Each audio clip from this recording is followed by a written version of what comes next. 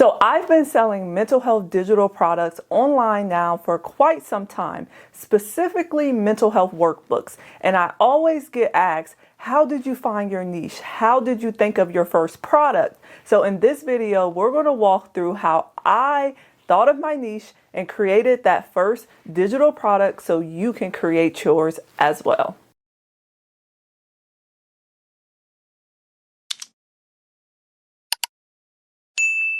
Hi, welcome back to my channel. My name is Shan. I'm a licensed mental health therapist, private practice owner, and digital creator. If you are new here, come on in. If you are returning, thank you for coming back and joining us for today's video. Make sure you like, comment, and subscribe if you enjoy what we'll be talking about today. So today we are going to talk about digital products, and specifically what I sell is mental health workbooks. You can tune into this video no matter what type of digital products you want to sell. I would say for me, I'm probably the only one of few in my profession or within the mental health field who's really selling digital products, mental health workbooks on a huge level. And digital products probably make up about over 50% of my income. I love it. It's very passive. I have a team who helps me. Probably the smartest thing that I could have thought of when I left my 9-to-5 and I decided to open my private practice. Because like I always say, I knew that seeing one-to-one clients forever was not going to cut it, or just in general. I needed an additional stream of income so I wasn't stressed out, I wasn't burnt out, I wasn't all of the things. First, I'm going to start off with, if you are a mental health professional or you're in the helping field, why digital products make sense. So just think about when you worked at that practice or within that organization, you were running groups, you were working with kids, you were working with couples, you needed homework for your sessions. The agency had that material available for you most of the time, but not all agencies have it. And you have a lot of private practice owners who want to grow their library. So I don't know about you, but I was always researching workbooks for or worksheets for X, Y, and Z. And the famous one that would pop up would be, what is it called?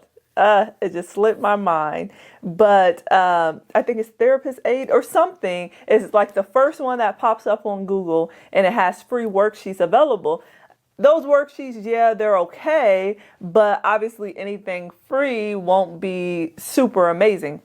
So I said, I can capitalize off of this. I've seen other people in other fields creating digital products for different things, and I was like, hold on, I can create some for mental health professionals or people in general who are looking for workbooks for depression, anxiety, self-love, self-esteem to work on their own outside of therapy, or if they're not ready for therapy yet. So I think I really cracked the code with it, and I want you guys to be able to crack the code with it as well, because I don't gatekeep at all. I don't gatekeep. You don't need to be creative to create a digital product. So let's talk a little bit about niches. So I know people, or I've seen people, that they don't just create digital products. If we're talking about mental health, and you can use this for your field as well, but if we're talking about mental health, I know some people who don't create digital products for like the general population.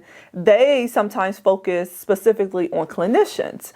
And when I say focus on clinicians, when we think about test prep, when we think about our licensures and the material we have to have for that, I use the Therapist Development Center.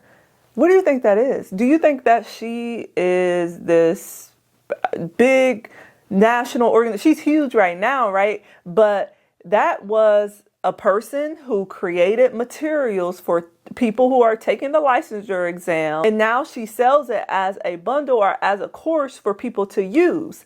So when I think about other people that's doing the same, they'll do things for licensure exams, they'll do note templates, they'll do treatment plans, they'll do assessments, they'll do things that clinicians need every day within either their own business, or if they're working a 9-to-5, that can be helpful at their 9-to-5. So I need you to think about what you may be really passionate about. Mental health professionals, give me a second. Burnout just doesn't happen from client overload. It also happens from the behind the scenes work that we're putting in, the never ending resource hunt, prepping for sessions, finding client worksheets. But don't worry, that's why I created a therapist membership, low cost, that's only $9.99 a month.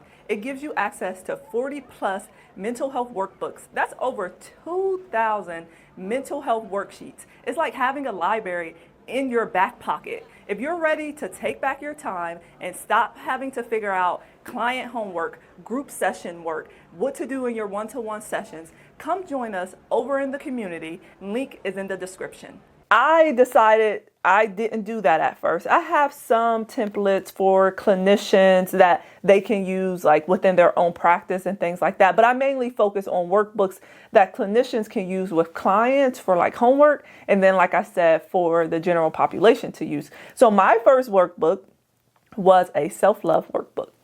And I was so proud of this workbook. I created a self-love workbook. It was kind of the first thing that popped into my head. And I also just evaluated my caseload. And I said, well, what are the people on my caseload? It was mainly females. What are they struggling with right now? And they were struggling with self-love, self-esteem, all of those things. So I created the workbook and I started using it with them. So that's how I found my niche. So if you are in an administrative role, you can think about, well, what are people within my organization, those underneath me, what are they struggling with right now? Am I a supervisor? Am I helping someone with test prep and passing the exam, the licensure exam? Maybe I can start there. Or if I'm working one-on-one with clients, are they struggling with maybe anxiety right now? Can my first workbook be an anxiety workbook? So mine was a self-love workbook. So I really want you to survey your audience and who you are working with right now. And if you're not in the mental health field, then whatever you do for a living or whatever you're passionate about, really sit down and map that out, because there is literally a digital product for anything you can think of. So right now I'm in the process of getting married, right? And I'm planning my wedding. So I went to Etsy and I searched up a wedding spreadsheet. So that would keep my budgeting in order. That would keep my seating chart, or I can create a seating chart that can map out everything I have to do month by month. And I'm checking it off my list. And it's a spreadsheet. I paid like $7 for it. But that spreadsheet gets sold over and over and over again while you sleep, because people are just searching for it and they're just buying it. So I created that self-love workbook. I posted it on Etsy. Like I said, I don't gatekeep. Etsy was my first avenue. Etsy should not be your only avenue. Eventually, you should venture off to something of your own. I ventured off into my own website where I sell a membership. Therapists can pay, or mental health professionals pay $9.99 a month to get access to all of my workbooks, every single thing in my library. And they pay that recurring cost each month. So I'm making passive revenue on a recurring basis. Like, I mean, what's better than that? That's amazing, right? So I created that self-love workbook. I sold it on Etsy. I got my first sale. I said, I'm hooked. I just made $6 in my sleep by doing nothing. And that workbook sold over and over again. And then eventually I began to build my library and I began to build other things.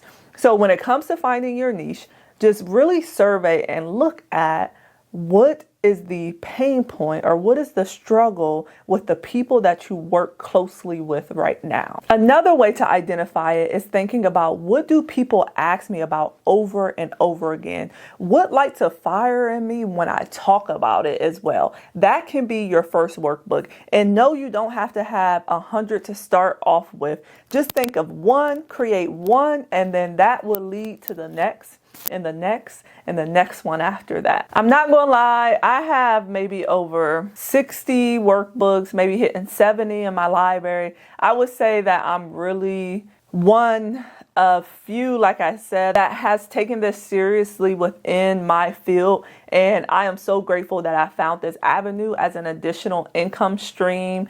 And I want to share that with you guys. I know that everyone won't act on it, everyone won't do it, but for those that will, I want you to be successful when it comes to digital products. It's something that I have a lot of knowledge about, and I like to share that. I know digital products at one time, or maybe now, it was oversaturated, but the key difference between us or those in the mental health field, or even maybe you if you're not in the mental health field, and others, is we're not just creating one-page digital products. Like, we're creating workbooks. And I should start saying that differently. I should say digital workbooks, maybe. We're creating workbooks for people to work through.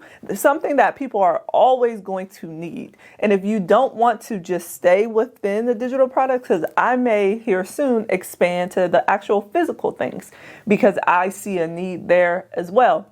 But I have to map out my processes and do all of those things. But these are workbooks that can be in these organizations with your name on it as the author, that people are using in groups, that people are using with kids, that people really rely on to give their clients, hey, work on this outside of session, so that work continues when they're not in the therapy room.